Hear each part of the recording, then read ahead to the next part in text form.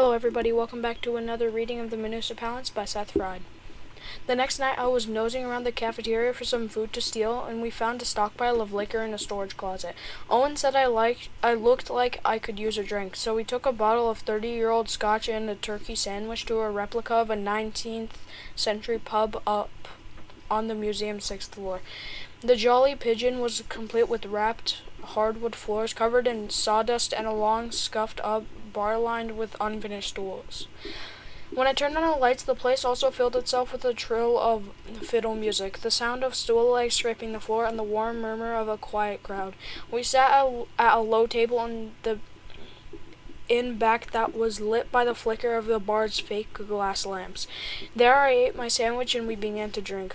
By my fourth pour, Owen was standing across from me, miming something I couldn't quite make out. He was leaning forward and moving his hand back and forth as if he were using a frying pan or teaching a dog how to shake.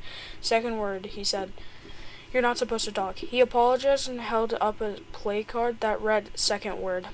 Our earlier mistake had been in considering only games that relied on probability and logic, whereas charades was interpretive enough to keep things interesting.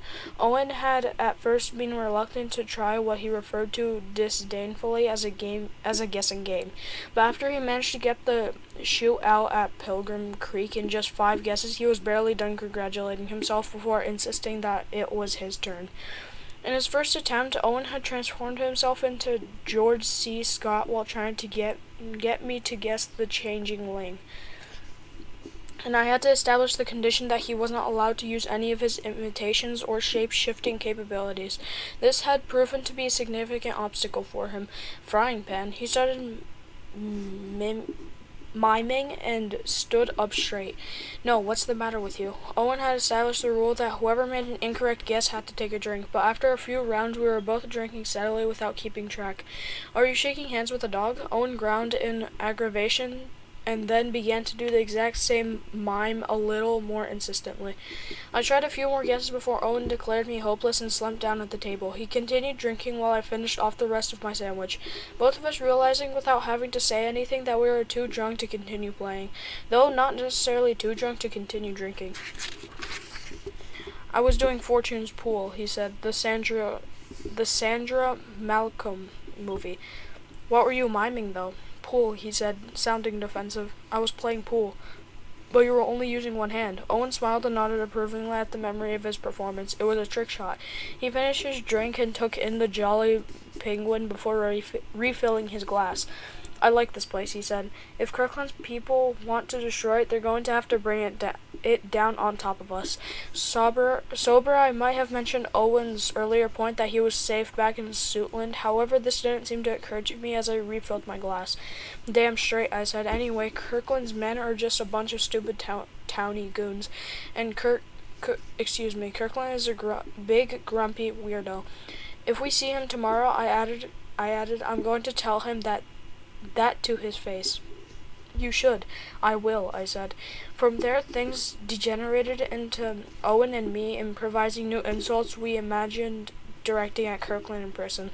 The news coverage in response to Sarah Laurie's disappearance had a focus on the lurid implications of her running off with an older man, painting Kirkland as a presumed deviant, and so my and Owen's insults quickly became both elaborate and obscene. They have evolved into full-on sketches depicting Kirkland in a series of embarrassing scenes with his own cousins, as well as a small monkey also named Kirkland, which allowed for several humorous ambiguations. I was never much of a drinker, which was probably why I got carried away, and a birthday cake shaped like his own face. Owen was laughing so hard that my tie clip began to overheat. I drunkenly insisted that he remember everything we said verbatim, so I could repeat it to Kirkland once we were face to face. He assured me that though drunk, he was still a computer, and that our living eology of Kirkland was at the ready. "Good," I said, resting my head on the table. "Good." I closed my eyes for a moment, waiting for a spell of dizziness to pass. I might have fallen asleep right there, but Owen led me out of the Jolly Pigeon and into a dark street showing what Metropolis had looked like 150 years ago. At one point, I demanded that Owen carry me the rest of the way. I fell backwards into him, which set off us off laughing as I struggled to get up off the cobblestones. When we eventually found our way to my tenement, I crawled onto a small cot and pulled a coarse, faded guilt over me. The last thing I remember was listening to Owens humming the theme song to some old movie as he sat in the apartment's small kitchen and refilled his glass for what must have been the dozenth time. I woke early the next morning to the sound of a loud military reveille. The noise jolted me awake into a half-conscious panic that gradually materialized into a sharp pain in my temples. I looked up to see Owen sitting at the foot of my cot holding a bugle. "Doesn't your program come with a hangover?" "I think I'm still a little drunk," he said, putting the horn back into his jacket. "I tried bird noises for a while. Did you know that you snore?" I was too nauseated to answer. I made my way out of the tenement to a drinking fountain and splashed water on my face. "Kirkland's men are probably on their way," Owen said. After some experimental sips of water, I headed to the museum's lobby, where there was a phone at the reception desk. I dialed 911, telling the operator that there'd been a break-in at the Metropolis Museum of History. I put the receiver down without hanging up. Owen nodded his approval and led me up to the third floor to a massive hall that was bare except for a few dozen vintage planes. The north-facing windows afforded us a view of all the spectators streaming towards 6th Avenue and 46th Street, where the Civic Pride parade would start within the hour. Already I could make out the distant revving of the motorcades and motorcycle clubs, while closer by, children and adults alike were letting out long, baleful honks with the plastic horns they'd bought from the street vendors. The room's southern windows overlooked Adelman Park, which was empty except for a trickle of spectators heading over to take their places along the parade route. 20 minutes passed before 2 police cruisers finally pulled up in front of the museum. We were relieved to see them, though we'd been hoping for a bigger response. Owen suggested we create a scene to goad the arriving officers into radioing for backup, and before I could give the plan some measured consideration, he was standing in front of me and holding a rocket launcher. He instructed me to get away from the windows in case the police opened fire, which I was only too happy to do. I watched from the middle of the room as he added a pair of bandoliers to his chest and changed the model of his rocket launcher until it looked sufficiently menacing. But just as he was about to vanish and reappear on the building's ledge, he took a step toward the window and let the rocket launcher disappear. "Hold on," he said, his suit flickering back on. "There's some movement in the park." He called me over and we watched as 20 well-dressed men in matching raincoats emerged from a stand of trees and began walking toward the museum in a double line. The 4 officers had gotten out of their cruisers and seemed to assume that these men had something to do with the festivities. One of the officers waved them towards 6th Avenue and the men continued walking straight ahead. He opened the driver's side door of his cruiser and issued them instructions before the car's public address system.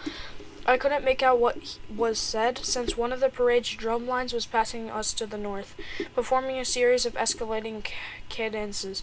The men continued to close in, and officers gestured emphatically for them to stop. When the men finally did halt, they pulled assault rifles from their coats and dropped to kneeling positions. Owen and I were halfway to the stairs when they opened fire, the burst from the rifles mixing with the roars of the nearby crowds. By the time we reached the lobby, the shooting had already stopped. There was a sound of glass crunching underfoot, which meant Kirkland's men had smashed through the exterior doors of the museum's foyer and now only had to break down the large oak double doors that opened onto the lobby. Soon there was the same methodical banging I had heard as Teddy hacked down Bayo's front door. Owen positioned us in the middle of the room and told me not to move unless he said so. Axe blades were beginning to make their way through the doors, and with each blow, slender rays of daylight cut through the otherwise dark lobby. I put my hands in my pockets to hide the fact that they were shaking. I also found myself thinking about my agency hat, which I had left on my big bag back in the tenement.